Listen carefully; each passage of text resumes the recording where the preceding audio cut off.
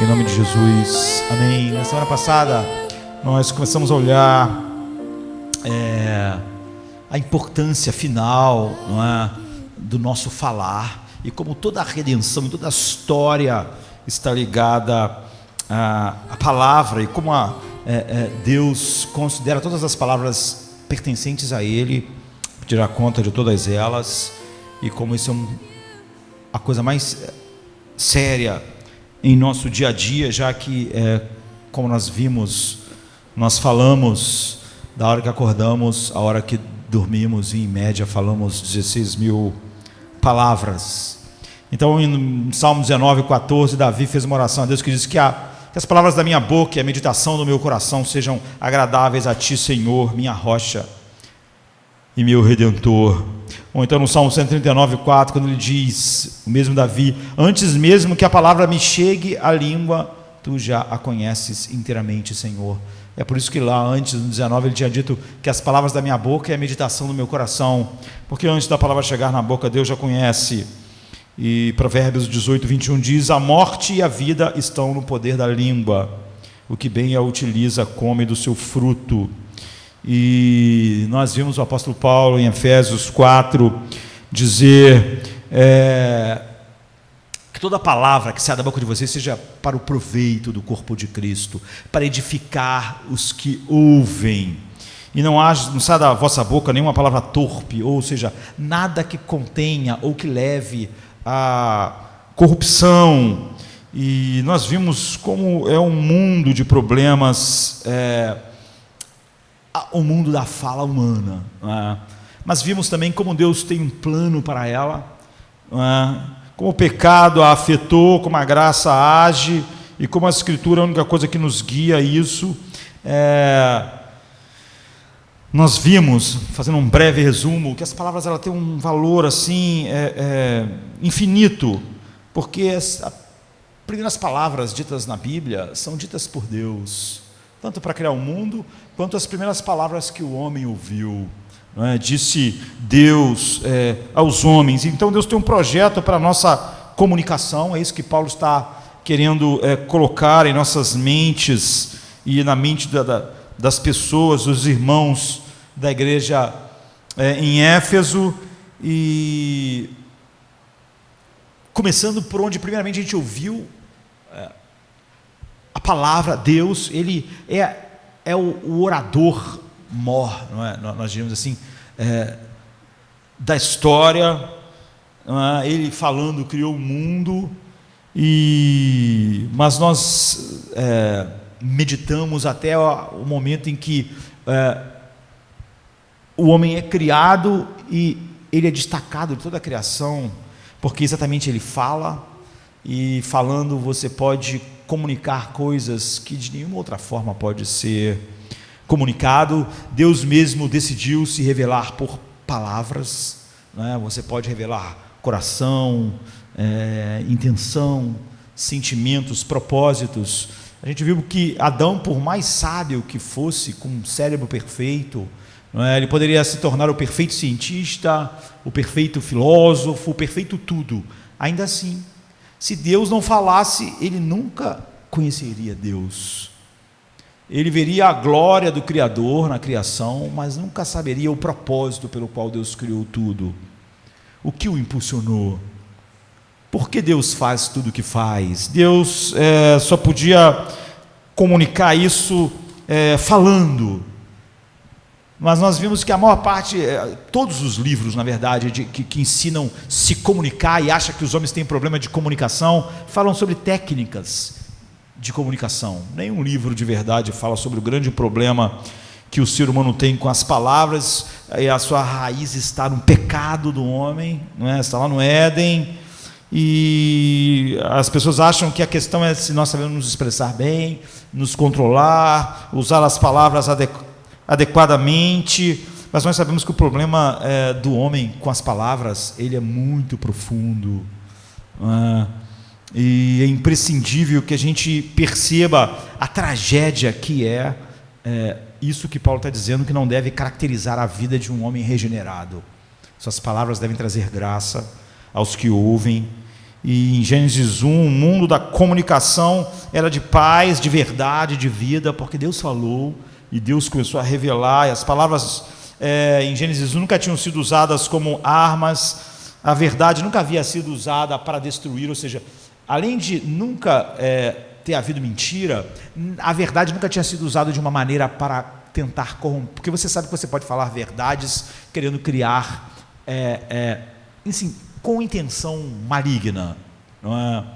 As palavras eram sempre ditas em amor, e a comunicação humana nunca rompeu os vínculos da paz. A comunicação sempre trouxe graça ao que ouvia. Quando Deus falava com o homem, quando o homem falava um com o outro. É um mundo que pode nos ensinar sobre a comunicação e a importância das palavras. Isso foi o que nós vimos na semana passada, porque Deus revela a si mesmo, o seu plano, o seu propósito, através de palavras. Então, imediatamente após criar Adão e Eva, Deus fala com eles e começa a se revelar. E só assim eles podiam realmente conhecer o seu Criador, apesar da mente perfeita, da natureza sem nenhuma marca da maldição. Ainda Deus, o Criador soberano, falou a Adão e Eva em palavras que eles podiam entender. E isso deve atingir todos nós pelo que é a maravilha da percepção de que o infinito Criador deu algo a nós que só nós temos. Desde o momento da criação, Deus não é distante, não é afastado. Ele nos deu uma mente, falou com palavras conosco e nos deu essa capacidade. E Deus nunca ficou escondido, nunca ficou em silêncio. Ele se aproxima, ele usa palavras para revelar, para explicar. E Deus não é somente um Deus que faz, Ele é um Deus que fala. Um dia Ele vai ser, isso vai ser em outra semana que a gente vai ver, não é hoje, mas nós vamos ver como Ele vai se revelar pelo o Verbo virou gente e habitou entre nós. Como isso é essencial. E cada fase da obra de Deus é marcada por palavras, não é? E de tal maneira que a gente viu em Hebreus 1 e 2 que diz: há muito tempo Deus falou muitas vezes, de várias maneiras aos nossos antepassados por meio dos profetas, mas nesses últimos dias, que compreende de quando Cristo veio ao mundo até a sua volta, nesses últimos dias Ele nos falou por meio do seu Filho, a quem constituiu o herdeiro de todas as coisas e por meio de quem fez todas as coisas. Então, a comunicação de Deus é projetada amorosamente para tratar da necessidade do momento em palavras simples que pudessem ser compreendidas por criaturas como nós, que ainda quando não tínhamos pecado, somos infinitamente pequenas perto da imensidão de Deus, com uma mente limitada perto da mente infinita de Deus. Ainda assim Ele nos deu essa capacidade e palavras, e as Escrituras o apresentam como o padrão absoluto da comunicação. Quando Paulo disse: não sai nenhuma palavra torpe, tudo que não está dentro do padrão da comunicação de Deus é torpe, é corrompido. Tudo que Deus fala contribui para o propósito que Ele tem, a glória infinita de Cristo sendo manifestada, e por intermédio das suas palavras, então Deus define o caráter dele. Você podia achar que o Deus que criou o mundo é incrível em sua mente, em sua capacidade, mas que Ele é santo, que Ele é verdadeiro, que Ele é luz, que nele não há treva alguma. Conhecer o caráter de Deus, não, sua vontade, o propósito que Ele tinha para todas as coisas, sua verdade, só através de palavras. E é por isso que Ele fez isso. E eu mencionei Isaías 40, do verso, a gente até leu do 9 ao 31, que eu falei, esse texto para mim é a palavra humana, o dom da fala humana usado no melhor, usado no mais alto padrão para o qual a nossa capacidade de falar foi dada. E aqui temos a linguagem humana no seu padrão mais alto. Então, a voz de Deus, a palavra de Deus não só definiu o caráter dele, mas também definiu a identidade, o sentido e o propósito de tudo que Ele criou. Adão agora sabia por que ele existia, A única maneira de nós sabermos por que existimos, qual o sentido da nossa vida, qual o propósito dela, era Deus falar conosco. Nós, por mais que víssemos a glória dele, mesmo que sem pecado no Éden, Adão, no sol, nas coisas, ele nunca saberia. Então Deus define também tudo o que nós somos. Deus nos diz quem somos, define o que devemos fazer e a forma que devemos fazer. Todas as grandes coisas no plano de Deus têm a ver com as palavras. E a única esperança de Adão e Eva era a de que Deus falasse com eles. Senão eles nunca saberiam nada disso, nem a respeito deles mesmos, nem a respeito de Deus, portanto a respeito de nada. As palavras de Deus estabelecem limites e dão liberdade. Suas palavras geram vida e trazem morte. Só as palavras de Deus podem abençoar alguém, e só a palavra de Deus pode amaldiçoar. Ninguém mais pode trazer maldição. Ninguém precisa ter medo, por exemplo, em Cristo, nenhuma condenação e maldição há, fora dele não há escapatória. Foi Deus que disse: maldita seja a terra, não foi o diabo, alguma coisa. Só Deus pode abençoar, só Deus pode amaldiçoar. Um dia ele vai dizer: vinde benditos, abençoados, ou apartai-vos malditos. Você vê? Palavras têm valor, palavras revelam, definem, explicam, modelam. E nós recebemos, além de Deus falar conosco, e nossa capacidade de compreender e se comunicar assim, a habilidade de Adão e Eva de se comunicarem com palavras tornou eles singulares na criação, porque nós também podíamos conhecer um ao outro, e eles podiam compartilhar com o outro seus pensamentos, seus desejos, suas emoções, o que Deus era para eles. O dom da fala é maravilhoso de todas as formas, porque nisso Deus nos fez como Ele, nós podíamos falar, e ao nos dar essa habilidade, Deus estava definindo e formando as nossas vidas, e não há nada de que dependemos mais do que nossa habilidade de dar e receber informações. Em todo tipo de relação que nós tenhamos, nós fomos criados com a habilidade de falar.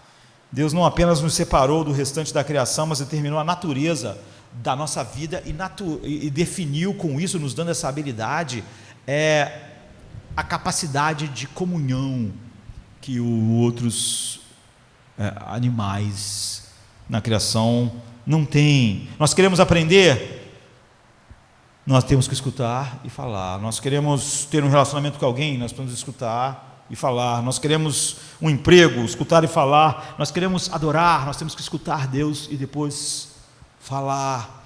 Nós queremos criar nossos filhos, precisamos escutar e falar. Sempre, sempre assim. As pessoas se comunicam, a natureza da nossa existência é essa. Deus nos deu essa capacidade profunda. As palavras afetam todas as outras coisas que fazemos como seres humanos. Por isso elas são tão importantes. Por isso Jesus disse, como nós vimos, de todas as palavras que vocês disserem, vocês vão dar contas. Elas são, todas elas pertencem a Deus, de tal maneira que como você usa elas, você vai ter que prestar conta. Ele criou elas e nos criou e nos deu esse dom e nos deu essa capacidade para um propósito. E em Gênesis 1, então, havia simplicidade e beleza no mundo de comunicação dos homens. É o oposto de hoje. Não havia conflito na comunicação, não havia guerra com palavras. Tudo que era falado refletia a glória de Deus. Efésios 4, 29, foi o que nós vimos. Nenhuma palavra torpe saia da boca de vocês, mas apenas a que for útil para edificar os outros, conforme a necessidade, para que conceda graça a todos os que ouvem. Não havia discussões, não havia mentiras, não havia palavras odiosas, não havia palavras de impaciência, de irritação, respostas irritadas, não havia gritos, xingamentos, não havia palavras faladas com orgulho, não havia palavras faladas para ferir, não havia palavras faladas que mostravam que egoísmo, ou seja, não havia palavras egoístas, só havia palavras verdadeiras faladas de maneira amorosa que trazia graça aos que ouviam e edificavam. Portanto, não havia necessidade, como eu disse, de um sermão como esse, não havia necessidade de Paulo falar isso, nenhuma palavra torpe saia da vossa boca, mas apenas a que for útil para edificar os outros irmãos, a igreja. e conforme a necessidade, para que conceda graça aos que ouvem. Todas as palavras alcançavam o padrão do exemplo daquele que eternamente é a palavra, Cristo. E infelizmente o mundo de Gênesis, há muito tempo, de Gênesis 1, né, não existe mais. E o maravilhoso dom da comunicação, então, como ele é essa coisa tão grandiosa, se tornou uma das coisas mais terríveis, como expressão do coração caído do homem, de tal maneira que poucas vezes você vê a Bíblia e os autores dela usarem palavras tão duras para aquilo que as pessoas fazem com a boca, dizendo-se ser servos de Deus. Tiago diz assim: se alguém não tropeça no falar, tal homem é perfeito, sendo também capaz de dominar todo o corpo.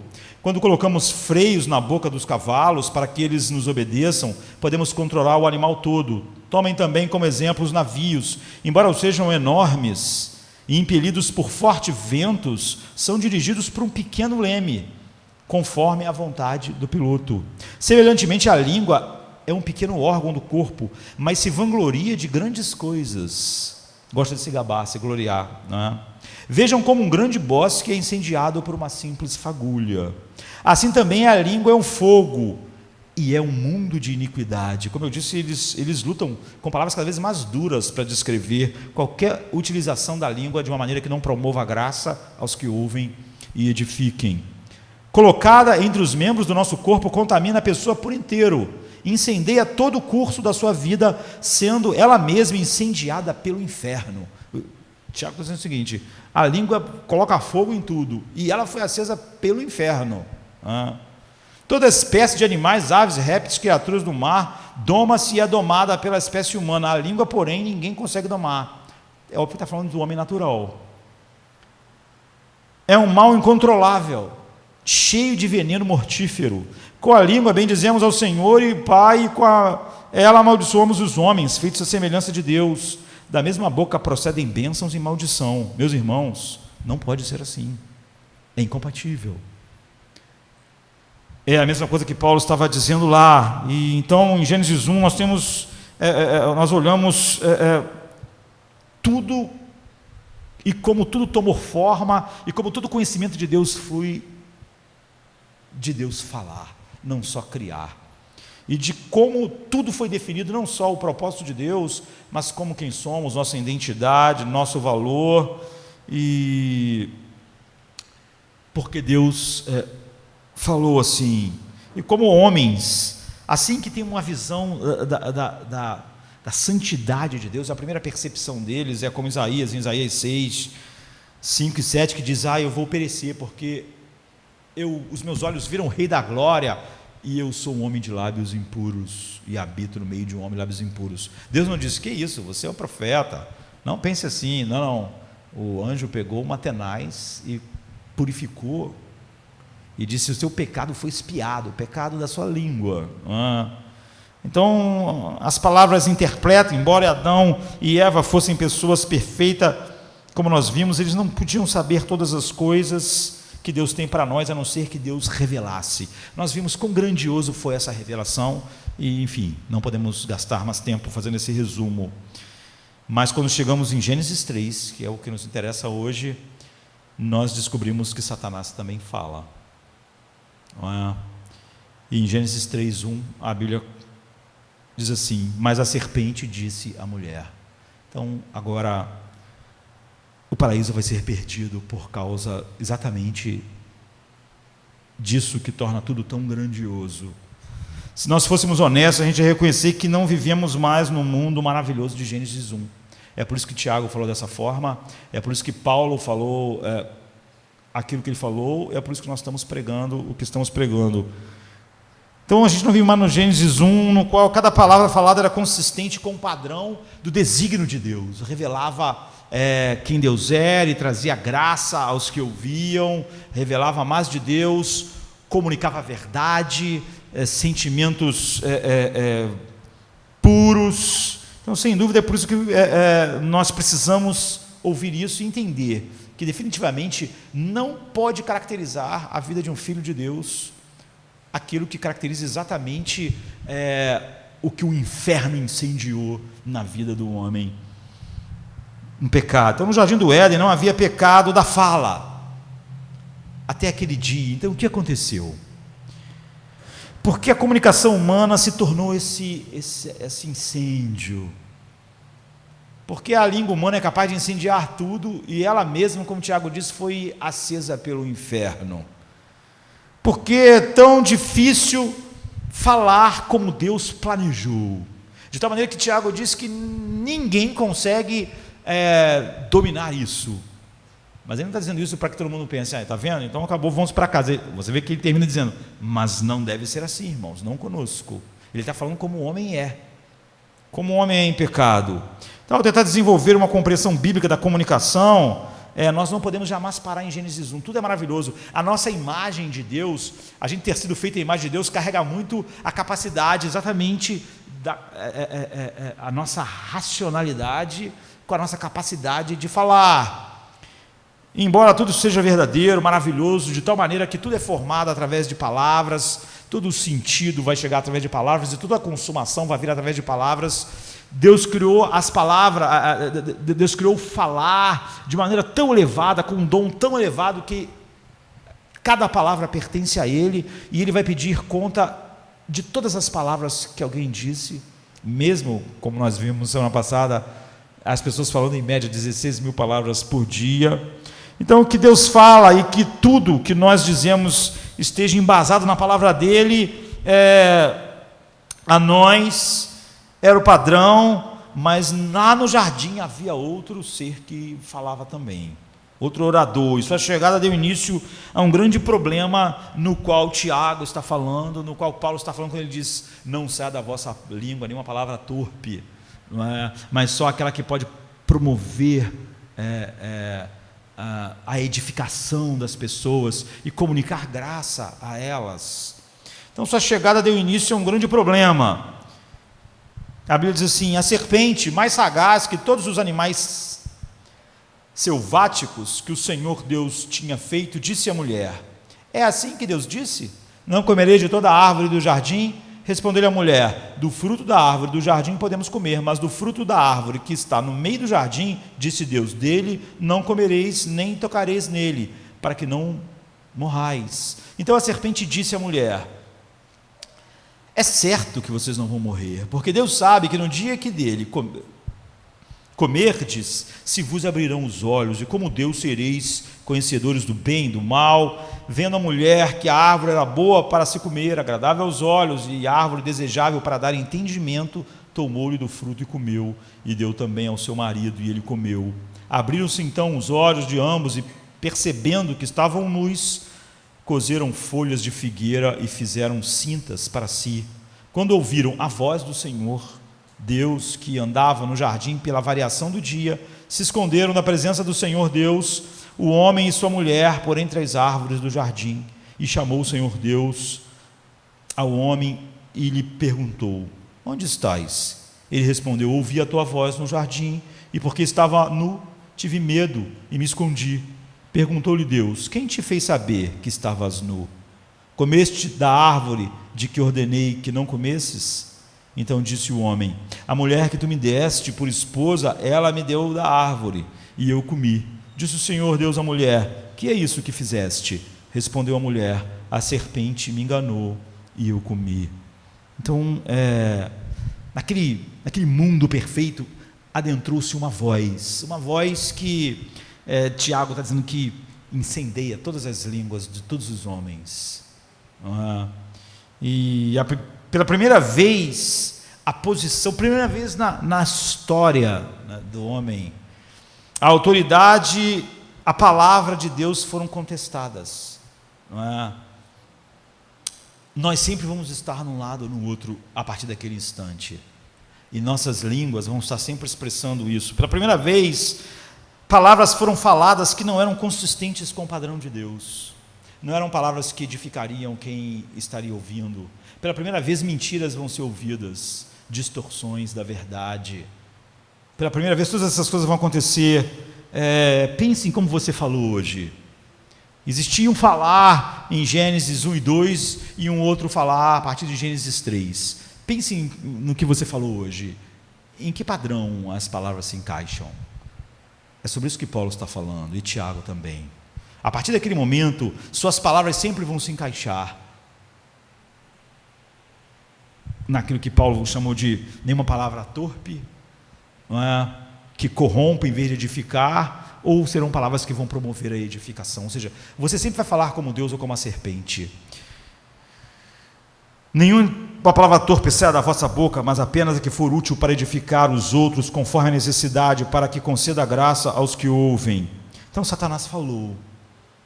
E o que Paulo está dizendo é o seguinte: o nosso padrão de falar, quando nós falamos, é exatamente o oposto de Satanás. Satanás falou, e com suas palavras, o mundo simples da comunicação humana se tornou esse inferno que Tiago menciona.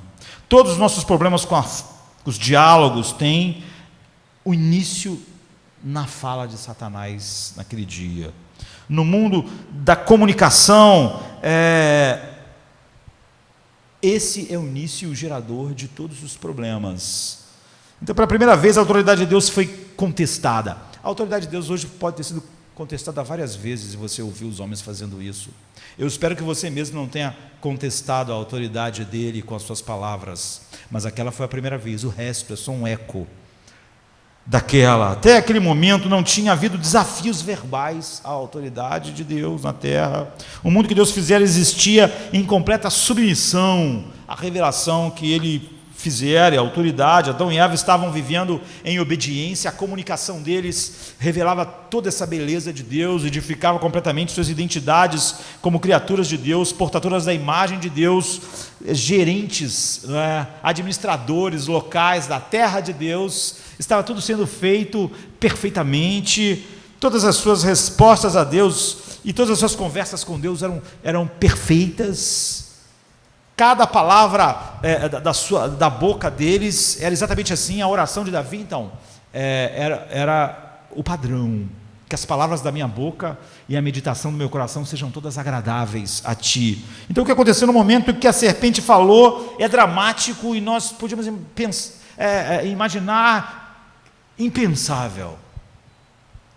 Palavras foram ditas que contestaram a autoridade de Deus, e nunca mais o mundo foi o mesmo. Mas ele vai ser.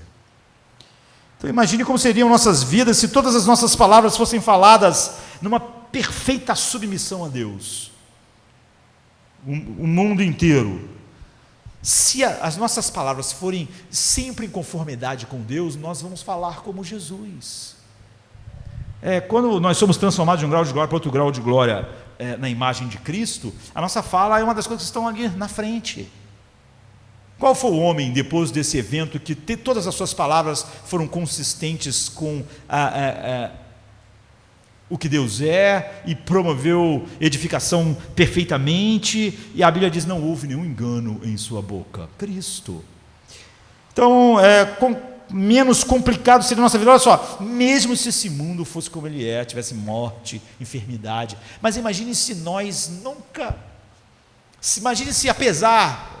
Esse é um exercício de imaginação, porque estamos imaginando algo impossível, porque o pecado não pode ser contido em alguma parte apenas. Mas, enfim, imagine se todas as dores do mundo existissem, mas nós tivéssemos esse perfeito padrão da fala. Quanta dor no mundo seria evitada, quase todos os problemas das pessoas, e as guerras e as aflições não existiriam.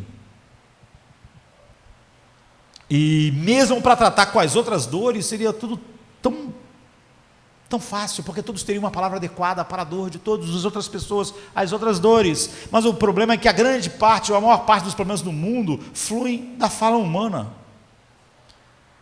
E nós dizemos o que queremos dizer, quando e como queremos dizê-lo, e expressamos sempre o coração da gente. E o problema é que o coração do homem é a fonte das suas palavras. Então nós falamos como se estivéssemos no comando, nós falamos como se o mundo fosse nosso, nós falamos como se a nossa vida fosse nossa, e nós falamos como se as nossas palavras nos pertencessem.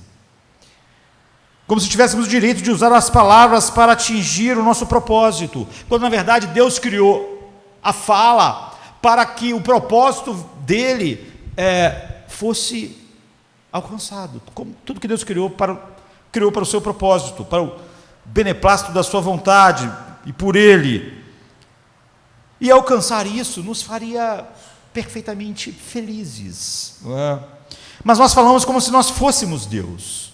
Nós falamos como se as nossas palavras tivessem que atingir o propósito que nós determinamos, e não como suas criaturas chamadas a se submeter à sua autoridade em cada palavra. O jeito que eu falo com alguém, às vezes é problemático, porque eu entro no lugar como se eu fosse Deus, e não como um homem debaixo da autoridade de Deus. Se eu entrasse como um homem debaixo da autoridade de Deus, pensando que as palavras pertencem a Deus, então eu usar elas pensando, isso vai honrá-lo? É assim que deve ser. Se eu entrasse com um desejo sincero de ver a vontade de Deus realizada na minha vida, na vida do outro, então o que Paulo falou faz todo sentido, porque ele falou o quê? Falar tudo que promova a edificação e comunique graça aos que ouvem. Mas muitas vozes trazem junto com elas muitas interpretações. Naquele momento no jardim que Satanás falou, não só a autoridade de Deus pela primeira vez foi contestada, mas nós vemos também uma interpretação da vida diferente da interpretação que Deus deu. Deus disse, a vida é sobre isso, a vida de vocês é sobre isso, o meu plano é sobre isso, tudo é sobre essa mesma coisa, sobre Cristo. Mas agora o diabo, ele falou e ele interpretou a vida de uma maneira diferente. Ele deu outras interpretações. É muito comum a gente ouvir interpretações que não são as que Deus deu para a definição da alma, da sociedade, do casamento, da psicologia humana. Nós ouvimos outras vozes, outras interpretações. E eu reconheço, e você deve reconhecer o que Satanás está fazendo aqui. Ele está usando o mesmo conjunto de fatos que Deus interpretou para Adão e Eva, para dar outra interpretação, um outro sentido, mas um sentido radicalmente diferente. Se a interpretação de Satanás fosse aceita, o ouvinte não pensaria mais que Deus era bom, não é? Justo, e que seria ótimo para mim obedecer a ele. Se a interpretação que Satanás estava dando, de que na verdade aquele fruto, por exemplo, lhes daria mais sabedoria, mais conhecimento, mais tudo, e Deus estava tentando manter eles, então eu acreditaria que Deus é mesquinho. Os mesmos fatos estavam sendo interpretados de uma maneira em que, se eu desse ouvido àquelas palavras, Deus pareceria mesquinho, ciumento, querendo me tolir. Na verdade, pode-se dizer que, se a interpretação da serpente estivesse correta, não só não seria bom obedecer a Deus seria estúpido, porque o que ele queria era me limitar, era não permitir que eu me expandisse, que eu fosse pleno. Então, se o que Satanás estivesse interpretando, aquele conjunto de fatos, fosse verdade, seria sábio não obedecer a Deus. Nunca na terra tinha havido uma interpretação de qualquer coisa oposta à interpretação de Deus. Tudo que Adão e Eva entendiam sobre o seu mundo tinha sido baseado na interpretação que Deus deu, na revelação que Deus deu. Agora, você pode ficar assim, caramba, como isso aconteceu? Não, essa é a sua tentação. A sua tentação é interpretar os fatos do dia de hoje de uma maneira diferente de Deus. Em interpretar as aflições, os teus problemas, as tuas dificuldades, as tuas limitações, com uma interpretação que não é a que Deus está dando. Ou dizer que aceita de Deus, mas agir como se não acreditasse, o que dá no mesmo. Então hoje nós vemos um mundo confuso de muitas interpretações, porque, vamos combinar, não é só a interpretação de Satanás, todo mundo agora quer ter a sua própria interpretação dos fatos. Por isso que Isaías disse que a nossa iniquidade caiu sobre Cristo, porque nós éramos como ovelhas sem pastor, cada um andava pela sua própria, se desviava pelo seu próprio caminho, cada um tinha uma interpretação. A minha vida é sobre o quê? Sobre o que é a minha vida? Sobre o que é o meu casamento? Sobre o que é o meu corpo? Sobre o que é o meu tempo? Então a maioria delas não reconhece, a maioria dessas interpretações, é óbvio, não reconhece a autoridade de Deus, nem opera com qualquer desejo de ver a vida de um modo consistente com a palavra de Deus. Portanto, não consistente com aquilo que Paulo está dizendo, para que promova a edificação. Ou seja, você só é edificado se é levado a se parecer mais com Cristo. Isso levanta um ponto extremamente importante. Você e eu reagimos às pessoas e às circunstâncias a partir daquele dia, e nós temos que pensar nisso, baseado não em fatos. Não tinha acontecido outros fatos, os fatos eram os mesmos. O que Satanás fez foi dar outra interpretação para os fatos. Você dificilmente fala baseado em fatos, como você acha. Nossas respostas são baseadas na maneira com que nós interpretamos os fatos. Nós devíamos ter sempre a interpretação dos fatos que Deus dá. Porque nós reagimos baseados não em fatos, mas em como interpretamos os fatos. Quando eu vou falar com alguém, eu não estou reagindo simplesmente ao que aconteceu, mas à minha interpretação do que aconteceu. A interpretação que eu elaboro disso, a interpretação que eu dei. Então a interpretação, infelizmente, muitas vezes, porque é a característica do coração do homem, ela é egoísta e farisaica. Se nós não deixarmos Deus interpretar os fatos, o homem, ele é egoísta, e ele olha para os fatos de uma maneira egoísta. Se alguém faz o que eu quero, ele me ama, gosta de mim, é simpático. Se não faz como eu quero, não gosta. Os fatos são os mesmos, mas o problema é como eu interpreto. Agora eu interpreto tudo de uma maneira egoísta. Os fatos, aquele mesmo fato, eu estou reagindo mal porque eu acho que aquilo não está me beneficiando de alguma forma, ou não estou sendo... Eu olhei para o mau comportamento apenas de um ponto de vista. Tudo que eu queria dessa pessoa é que ela fizesse isso. Tudo que eu tinha feito foi isso. Eu nem sequer considero a perspectiva de Deus sobre a situação. O que Deus pensa disso? Como Deus vê isso? Então, que sejamos tomados de convicção e de arrependimento. Não há nenhuma desculpa para como nós usamos os nossos lábios. As nossas desculpas, outro dia eu estava escrevendo, é o berço em que Satanás nos nina, nos faz ficar dormindo até o fim. Muitos dos nossos problemas com as palavras seriam resolvidos se simplesmente pausássemos e nos perguntássemos como Deus avaliaria e ia reagir à situação presente. Não apenas deixando nossos pensamentos livres para contestar, ou para interpretar os fatos da maneira com que nós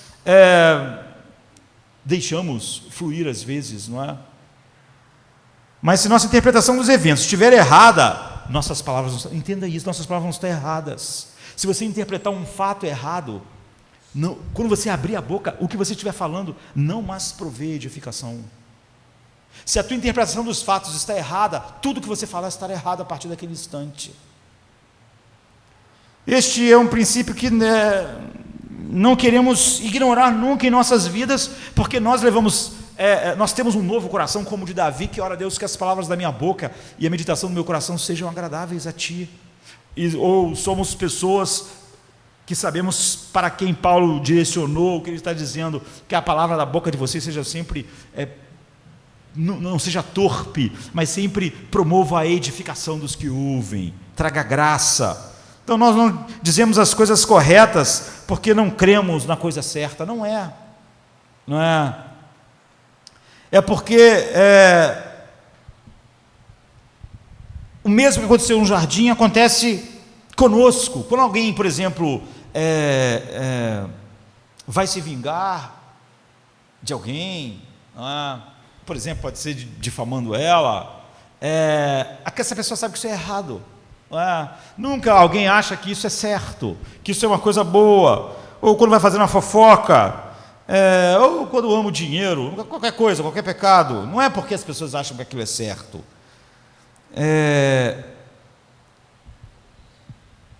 No fundo dos nossos corações, quando você faz isso, você acredita que você vai ter mais prazer em retalhar do que na comunhão com Deus, já que você sabe que a retaliação vai quebrar a sua comunhão com Ele. Mas você está dizendo o seguinte: o prazer que eu tenho de falar isso dessa pessoa é tão grande que não importa se isso quebra a minha comunhão com Cristo. É uma questão de prazeres. Foi isso que aconteceu no jardim. Uma caixa de Pandora cheia de problemas se abriu quando, pela primeira vez, nós sabemos que a caixa de Pandora, né, é usada até hoje, é um artefato da mitologia grega, né, tirado do mito da criação de Pandora, porque alguém roubou lá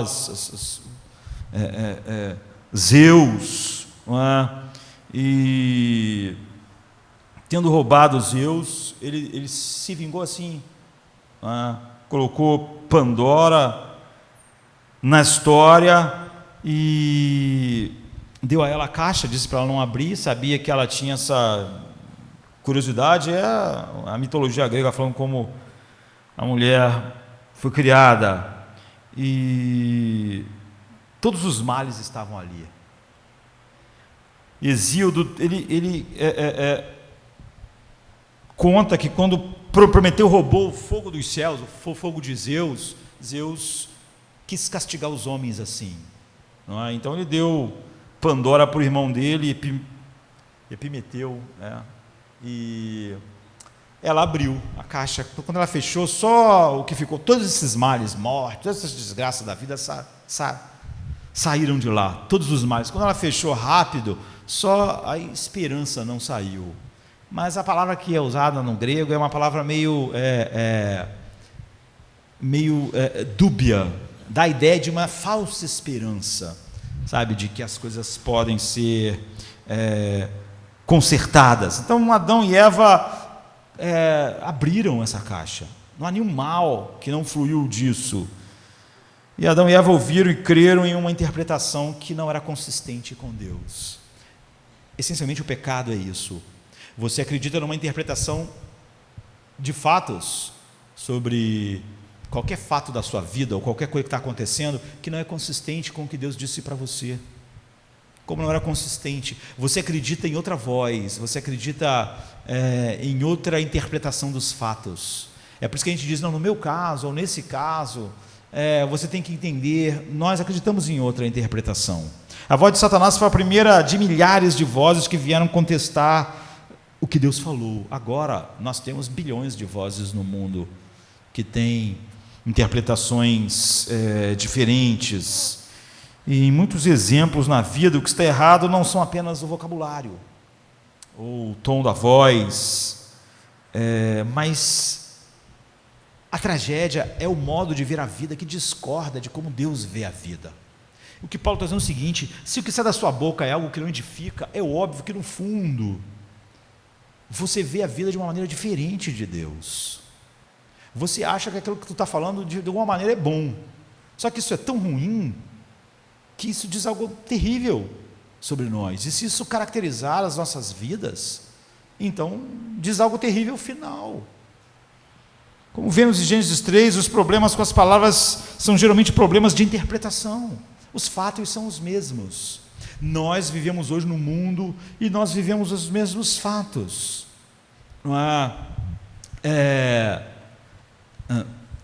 Não são exatamente os fatos que são os geradores de problemas, como nós interpretamos eles.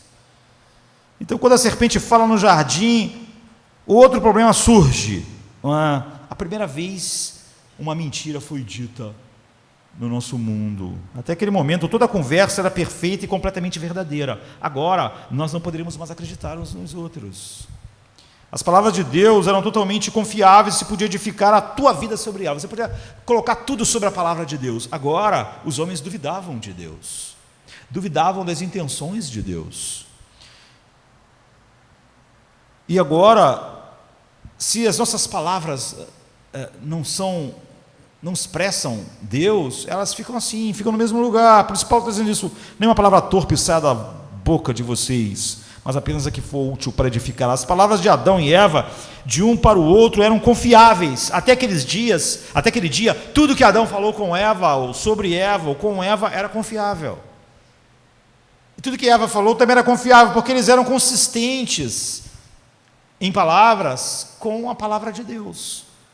Mas aqui, de uma maneira chocante, a serpente mente propositadamente para atingir um objetivo.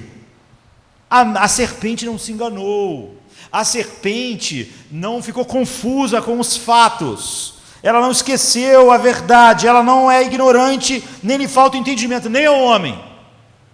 Quando Paulo diz, não fale palavras a não ser que edifique, nós sabemos o que vai edificar e o que não vai edificar, nós sabemos. A serpente não se enganou no jardim, os homens a partir daquele instante não se enganaram, eles sabem o que essas palavras fazem. A serpente não era ignorante, nem lhe faltava entendimento, nem ao homem, ela sabe o que está dizendo, não é a verdade. É por isso que eu já falei que todos nós, o que a Bíblia diz, por exemplo, em Romanos 2, é que todos nós temos um gravador, assim, preso ao nosso pescoço. A gente não vê, mas a gente tem. E toda vez que você fala, ele grava. Eu disse que o cara que, o pessoal de Harvard, que fez aquela, a pesquisa para saber quantas palavras a gente fala por dia, botou um gravador, então. Só que na pesquisa, milhares de pessoas, mas na verdade todos têm. Então quando você fala assim, pô, aquela pessoa ali, pessoa fofoqueira ela, grava. Você sabe que falar isso é ruim. Quando você faz, não é porque você não sabe. Quando você usa a sua boca de alguma maneira que não edifica, não é porque você não sabe. Você sabe. A serpente também sabia. E é exatamente porque ela sabia que ela disse. Ela não quer que Adão e Eva vivam na luz da verdade ou na obediência a Deus. Ela está falando aquilo exatamente porque ela quer que eles sejam corrompidos disso. O que Paulo está dizendo é o seguinte: falem apenas aquilo que vai edificar o outro, ou se não, se consistentemente vocês falam coisas que não edificam, o que vocês querem? Satanás, ele queria exatamente isso, ele queria que aquelas pessoas não fossem edificadas. Ele busca lhes vender uma mentira e tenta tornar a mentira mais plausível possível. Quanto mais sutil nós somos ao mentir, ou a passar uma informação negativa, ou fazer algo, ou usar a verdade para causar dano, quanto mais sutil nós somos, mais diabólicos, porque é o que Satanás fez. É de novo um momento de mudança dramática, comunicação boa e divina, dependente da verdade, porque ela é totalmente dependente da verdade, foi perdida pela humanidade. Mentira, falsidade, engano fluíram, e as mentiras não apenas distorcem os fatos, elas destroem a confiança. Elas não destroem só os fatos por distorcê-los, elas destroem a confiança necessária para que as pessoas conversem entre si e tenham comunhão. Cada palavra que nós falamos está enraizada ou na verdade ou na mentira, ou no grande orador que é Deus, ou na serpente, ou em Gênesis 1 e 2, ou em Gênesis 3. A gente pode ouvir uma voz dizendo, o problema do homem é a sociedade, está vendo? Essa é uma interpretação diferente da de Deus. Os fatos são os mesmos, mas alguém vem dar uma interpretação. É por isso que o humanismo secular, ele é tão nocivo, porque ele sempre tem uma interpretação oposta da de Deus para as coisas. A maioria dos nossos problemas de comunicação acontece porque nós enganamos, distorcemos, manipulamos com nossas palavras. Certa vez eu estava lendo um livro de Aldous Huxley, ele fez, por exemplo, Admirável Mundo Novo, ele foi indicado 7 vezes ao Prêmio Nobel de Literatura, e a família dele era famosíssima, né? O avô dele foi famoso, a mãe dele foi famoso, o inglês ele, mas viveu nos Estados Unidos a maior parte do tempo. Ele também se tornou um grande escritor. Ele disse que quando estava na faculdade, ele disse depois de já com uma certa idade, né? Ele morreu em 70 e pouco, ele disse, eu de cara acreditei em tudo que diziam sobre ateísmo. Por quê? Porque eu queria acreditar. E eu queria acreditar exatamente porque eu queria ter sexo com um monte de garota lá na faculdade. Se Deus existisse, se tudo aquilo fosse verdade, eu não ia poder. Mas se Deus não existisse, então eu poderia fazer o que eu quisesse. Você vê, ele mesmo dizendo, você vê por que eu acreditei? Eu acreditei porque eu tinha interesse. Eu acreditei sabendo que aquilo ia contrária à minha mente analítica, racional. Mas eu precisava acreditar naquilo porque eu tinha desejos que iam ser satisfeitos. Por isso que a Bíblia chama isso das concupiscências do engano. Nós reajustamos os fatos para obter vantagem, ou seja, para que as pessoas concordem conosco. A gente pode contar a história, podemos até não mentir, podemos omitir algumas coisas. Nós queremos que a pessoa passe para o nosso lado, ou que ela nos ouçam. Nós vamos omitir, ou nós vamos ajeitar. Reformulamos eventos com frequência a ponto de convencermos de que nossa perspectiva é verdadeira, quando nós queremos ganhar o ponto de vista e mostrar que o que a gente quer é melhor. A outra coisa que as palavras da serpente produziram e deram início naquele dia no jardim foi que a primeira vez as pessoas falaram umas contra as outras. Até aquele ponto não havia nenhuma palavra de crítica, de censura, e não havia acusações, comentários humilhantes, nem se retrucava agressivamente o que alguém dizia, não se ia para a defensiva e começava a se defender com as palavras.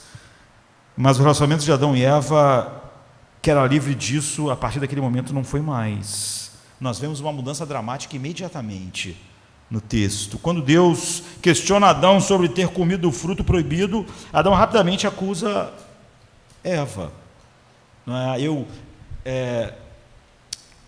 Eu fico imaginando como Satanás deve ter dado um sorrisozinho quando Adão fez a primeira acusação a Eva. Olha, a mulher que tu me deste.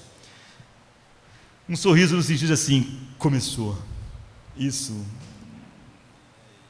é só o pavio que está sendo aceso. Começou. Quando você faz o mesmo, então aquele mesmo sorriso ainda está lá. Você vê Adão, apesar de ter pecado, ele não ficou do lado da mulher e disse, poxa, o culpado sou eu era o responsável. Está tudo errado aqui, mas eu mesmo sou o culpado disso. Ele não age como um intercessor, como um advogado, mesmo que não podendo defender o pecado, mas dizer, eu tinha que protegê-la. Pior, ele se afasta dela, não é? Aponta o dedo para ela e finalmente diz, a culpa é dela, Deus. Foi ela que me pôs nessa confusão. A mulher que tu me deste, ela veio, comeu, veio falando comigo, e eu acabei comendo também. E quanto de nossa comunicação consiste exatamente em jogar a culpa uns nos outros? Na internet, no dia a dia, na igreja. O que eu vejo o tempo todo é as pessoas dizerem, a igreja é um fracasso, o governo é um fracasso, a cidade é um fracasso. A questão é, nós somos um sucesso? Se todo mundo que diz que a igreja é um fracasso fosse um sucesso, a igreja seria um sucesso. Se todo mundo que faz críticas a como a igreja fosse o sucesso que ele diz que os outros eram obrigados a ser, a igreja era maravilhosa. Mas, quando alguém está fazendo isso, você vê, ele não está falando coisas para edificar a igreja, porque ele não faz parte. Quando você quer edificar algo, você faz parte da edificação daquilo. Você não edifica algo sentado num lugar, criticando, pô, não estão fazendo a parede direito, não estão carregando peso. Quando você realmente tem interesse em edificar, como Paulo falou, falando palavras que edificam, você está participando da edificação. Mas a maior parte das pessoas não estão participando de nada. É só uma desculpa. Aquilo é só uma maneira de usar palavras diabolicamente para explicar e justificar, como Adão queria justificar, o fato da minha vida não ter nada que abençoe a igreja, eu dizer que a igreja é horrível. Então, e a gente faz isso de outras formas, que a gente tem que estar atento. Nós usamos as palavras como Adão usou, a partir daquele instante, de maneira muito sutil. Você diz assim, você me deixa muito irado, é você, se não for você, o que a pessoa está dizendo? Se não fosse você, eu não teria esse temperamento ruim. Mas você me deixa, você me tira do sério. Mentira, isso é Adão. A outra pessoa não te tirou do sério. Você está pecando quando você age desse jeito. Imagina se Jesus perdesse o controle e dissesse que aquelas pessoas batendo nele estavam tirando ele do sério. É óbvio que isso era pecado. É ridículo. Isso é colocar a responsabilidade no outro. Ou então a gente diz assim, muitas vezes, se você não tivesse feito isso, eu não teria feito aquilo. Se você não tivesse falado isso, eu não teria feito isso. Mas é mentira. Isso é Adão falando. Ela fez isso, por isso que eu fiz isso. Ou então você vê pessoas falando assim: eu não era assim até conhecer você. Eu era uma pessoa assim, eu era uma pessoa tranquila, eu era uma pessoa assim. Mas depois que eu te conheci, eu fiquei essa pessoa assim como eu sou. Essa pessoa está mentindo. Isso é o que é o linguajar enganoso. Ninguém fez você como você é. Todos os seus pecados saem do seu coração. Eu não consigo lidar com isso, essa pessoa faz isso, por isso que eu fiquei assim. Você não ficou assim por causa disso, você está fazendo o que Adão fez, apontando para outra pessoa, um problema que está em você. Ou então você diz: eu nunca fui tenso desse jeito até ter filhos. O que você está dizendo? A mesma coisa. Deus, se tu não tivesse me dado filhos, se ser pai não fosse tão difícil, eu não seria uma pessoa tensa assim, mas tu me deu filhos. Adão disse: a mulher que tu me deste. É a mesma coisa. O que essa pessoa está dizendo? Eu não consigo, eu sou uma pessoa tensa, nervosa por causa dos filhos. Mentira! Mentira! Você ser assim é pecado, e não é por causa dos filhos, é por causa do seu coração. A gente pode usar isso até de uma maneira divertida. Você pode dizer assim: eu sou gordo assim porque você é uma cozinheira muito boa, você faz comida muito gostosa. Mentira! Você não está fora do peso porque alguém faz comida muito boa. Você está colocando algo para fora de você. Nós não sabemos lidar com uma situação e a gente diz: esse grupo aqui cria esse problema para mim, aquele grupo lá cria esse problema. Ninguém cria problemas para você. Você não vai poder dizer diante de Deus: eu não sou o que devia ser porque o mundo criou problemas para mim. Isso é o que Adão fez. Quem dentre nós não é tentado a acusar assim, a encontrar uma razão? Deus, eu não oro porque eu tenho trabalho, eu fico cansado. Se tu não tivesse me dado uma vida melhor, menos trabalho, eu seria uma de oração. Quer dizer, eu não oro muito, culpa sua. Porque se tu me desse mais tempo, então eu faria mais tempo, mas você não me deu.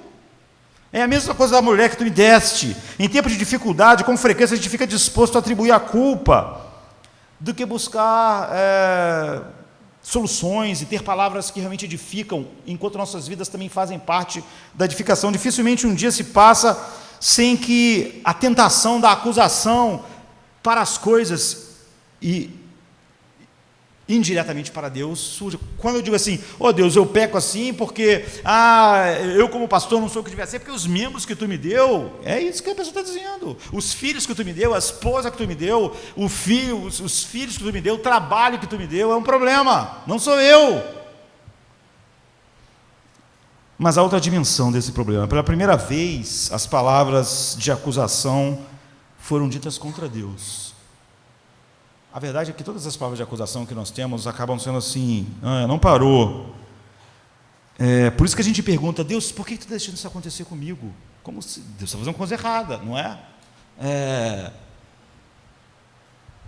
Eu sou ansioso assim, Deus, por causa disso, daquilo. Se tu não tivesse deixado isso acontecer, eu não ia ser ansioso.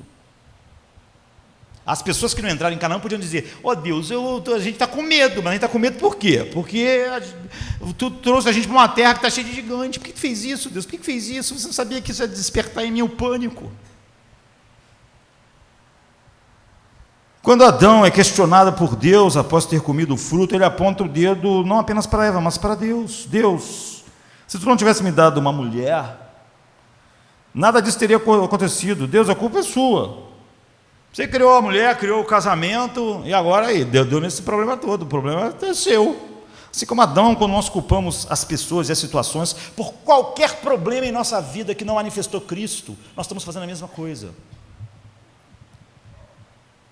Quando a gente diz: se você não fosse uma pessoa assim, eu não seria assim, nós estamos fazendo a mesma coisa, usando a palavra como ele diz. Quando o marido diz: minha esposa me deixa tão irado, então, não é verdade. O trânsito, esse trânsito maluco me deixa louco, Senhor.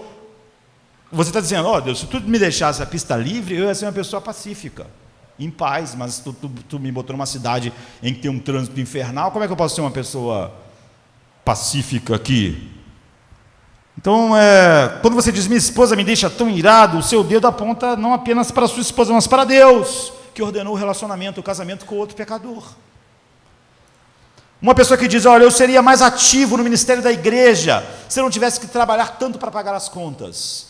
Essa pessoa está dizendo o que para Deus? Se tu me desse mais dinheiro, eu poderia ser mais ativo. Mas tu me deu pouco dinheiro, tu não me deu uma vida tão boa, agora eu tenho que trabalhar, e aí eu não posso. Ou então as pessoas dizem, eu seria mais ativo, mais comprometido com a igreja, se as pessoas na igreja não fossem tão complicadas. Mentira. O que você está dizendo para Deus? Deus, se tu fizesse uma igreja com gente perfeita como eu, tudo ia ser fácil no ministério, mas o meu ministério é difícil, e eu não consigo exercer, porque as pessoas são complicadas, Deus. Tu me colocou no meio de gente complicada. Moisés, um dia, achando que as pessoas eram complicadas demais, agiu de uma maneira, você viu, e Deus não achou que isso era um atenuante. Nunca apontar para fora de nós, para um pecado que está em nós, é um atenuante, aumenta a nossa culpa. Você está dizendo, se as pessoas fossem fáceis, Paulo poderia dizer isso, da igreja dos Coríntios, dos Efésios, dos Gálatas. Quando você fracassa no seu ministério, esse é o seu fracasso. Quando você não sabe lidar com uma situação, esse é o seu fracasso, é o seu pecado. Você tinha que saber lidar. É com isso que você devia chegar diante de Deus. Deus, eu fracassei, eu errei, eu pequei, eu não sabia lidar com a situação em que tu me colocou para que Cristo fosse glorificado nessa situação. Em vez de nós encontrarmos alguma explicação fora de nós, para nós não termos agido assim. Então, se as pessoas não fossem tão complicadas, na verdade você está dizendo, Deus, a culpa é sua. Se tu tivesse provido melhor a minha necessidade, ou se tivesse colocado pessoas mais fáceis perto de mim, eu poderia exercer meu ministério tranquilamente, tudo ia correr bem, mas não corre, Deus, é por causa de ti. Um pai que diz, eu era muito mais calmo, a gente ouve isso muito, eu era muito mais tranquilo antes de ter filhos. O que essa pessoa está dizendo? Na verdade, está culpando Deus pelo fardo parental, o fardo de ser pai, o fardo de ser mãe. Está dizendo, Deus, minha vida seria melhor, porque depois que eu tive filhos, agora eu sou assim. Não, você não é assim, porque os teus filhos estão revelando muitas coisas que vocês são, mas não está criando nenhuma coisa em você, nem em mim. Quando nós falamos assim, nós só estamos repetindo o que Adão fez, e o padrão que começou naquele dia. Isso não promove a edificação, nem manifesta. Na queda, o Deus que devia ser amado, obedecido, servido, se tornou o bode expiatório para os pecados do povo. E em muitas conversas, às vezes nós ouvimos as mesmas acusações sutis contra Deus. Eu queria servir muito Deus no ministério da palavra, no ministério daquele, no ministério daquele, mas não consigo, porque não sei o que, por isso, mentira. Todas as desculpas que as pessoas têm é apontar para outras pessoas. Palavras que contestam a autoridade de Deus fluem, mentiras, falsas interpretações da vida, acusações, culpa contra Deus, tudo começou naquele dia. Culpa contra Deus e homens, tudo isso tem origem naquele momento dramático de mudança, naquele momento que Satanás falou. Satanás fala, e quando Adão e Eva, agora seguindo as suas palavras, falam, o mundo da fala se tornou uma chama acendida pelo inferno, Tiago diz. Ele diz, isso não deve ser assim entre vós. Paulo diz, não saia da vossa boca nenhuma palavra torpe. Jesus diz, de todas as palavras que vocês disserem, as mais sem pensar, vocês vão ter que dar conta, todas elas pertencem a Deus. Não refletimos mais simplesmente a imagem de Deus em nossas palavras, mas como nós fomos criados para refletir Cristo, as nossas palavras e todas as coisas devem começar a apontar para Ele. Nós não queremos, esperamos que em 2019 não tenha sido assim, mas esperamos que em 2020 a gente não reflita a serpente em nossa casa com a nossa palavra. A gente não reflita a serpente com a nossa palavra na igreja, não reflita a serpente com a nossa palavra no nosso trabalho, não reflita a serpente com as nossas palavras na internet. Mas nós sabemos que não vamos estar refletindo Deus ou a serpente. Então Paulo diz, nenhuma palavra torpe saia da vossa boca, mas apenas a que for útil para edificar e dar graça aos que ouvem. Então nós não falamos mais naturalmente, consistentemente, conforme o elevado padrão de Deus. Com frequência falamos conforme o mais baixo padrão da serpente. Nossas palavras não são mais um quadro fiel do desígnio de Deus, naturalmente. Falar já não é fácil e seguro, porque quando você vai abrir sua boca, você está perto a expressar Satanás. sempre.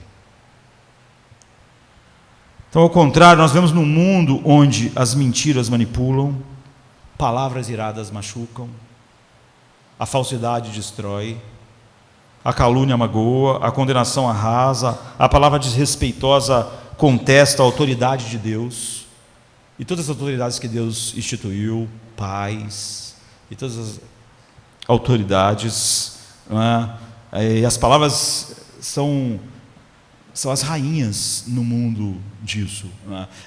Quando alguém diz assim para você, olha, sem querer te desrespeitar, você já sabe, essa pessoa vai me desrespeitar. Sem querer faltar com respeito, vai faltar com respeito. Essa é a senha, não é?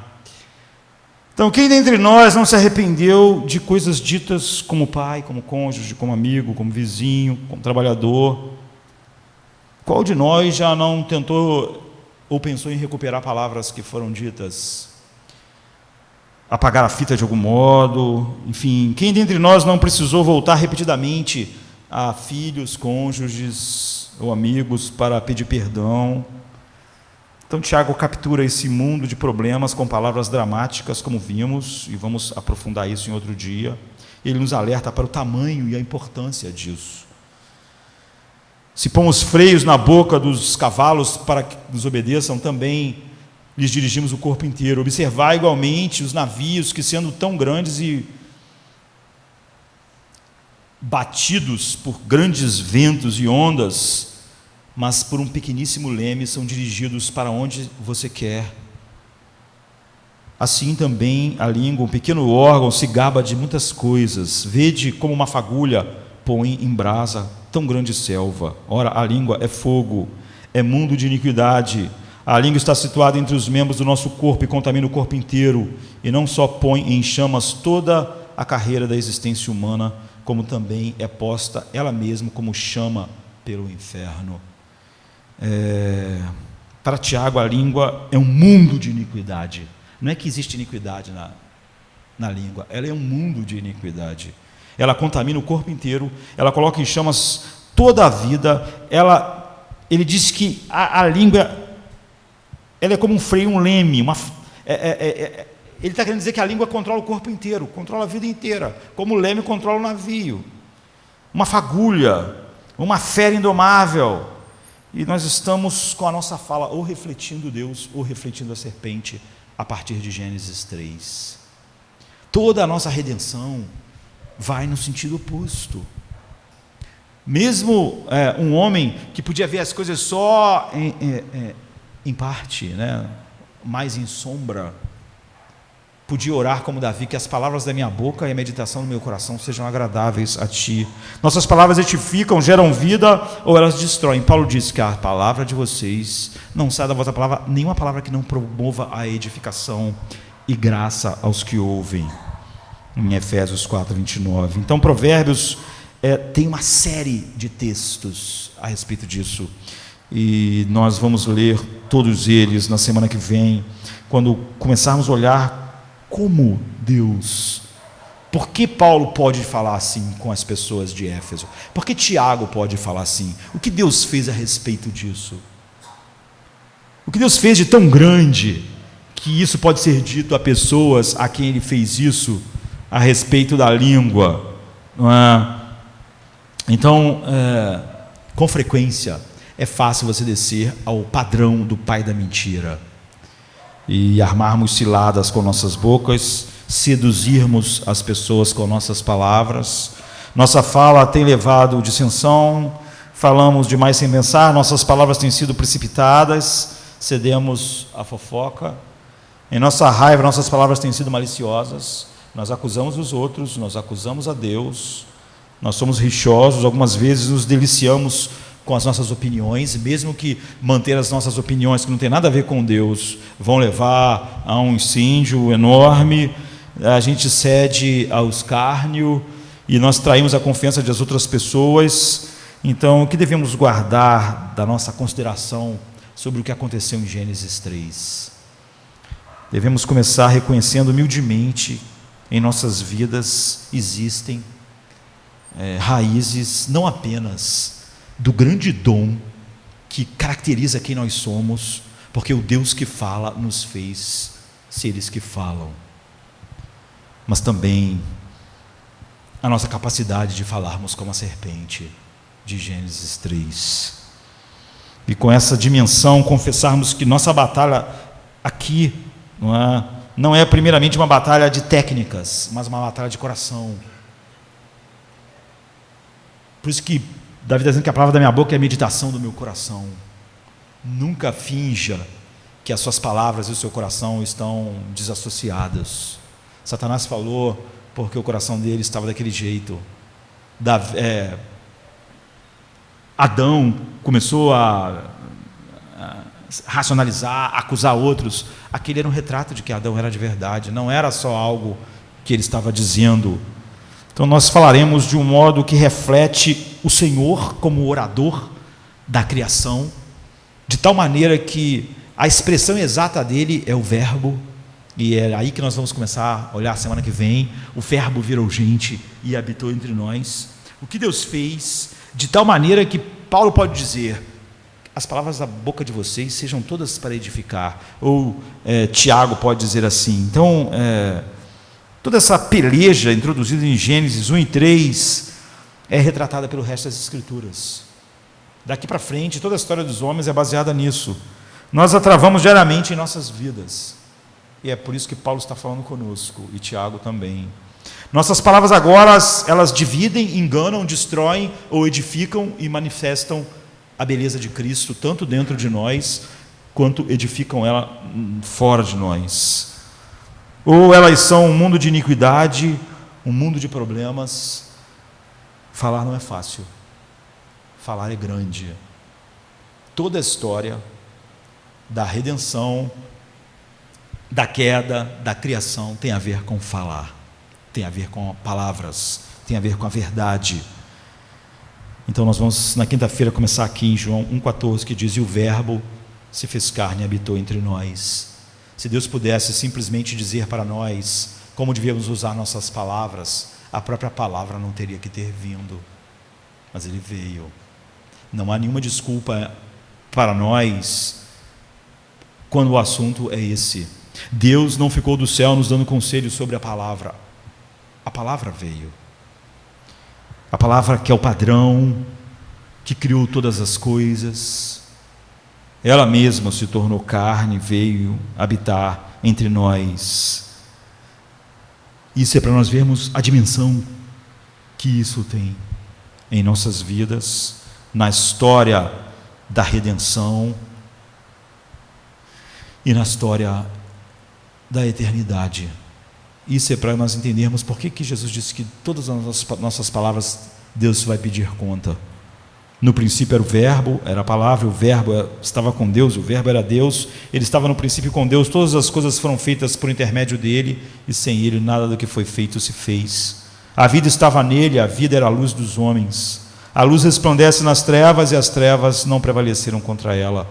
O verbo estava no mundo, o mundo foi feito por intermédio dele, mas o mundo não o conheceu. Veio para o que era seu, e os seus não o receberam.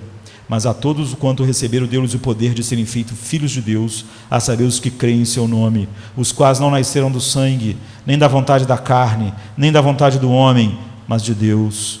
E o verbo se fez carne e habitou entre nós, cheio de graça e de verdade, e vimos a sua glória, glória como da unigênito do Pai, porque todos nós temos recebido da sua plenitude graça sobre graça, porque a lei foi dada por intermédio de Moisés, a graça e a verdade vieram por meio de Jesus Cristo.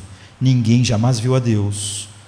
O Deus unigênito que está no seio do Pai é quem falou e revelou Ele a nós. João 1 a 15, 10 a 14, 16, 18. Então pense nisso. Deus criou a fala, pela fala trouxe o mundo à existência, revelou tudo que Ele é, quem nós somos, deu identidade. Deus usou palavras humanas para se revelar a nós.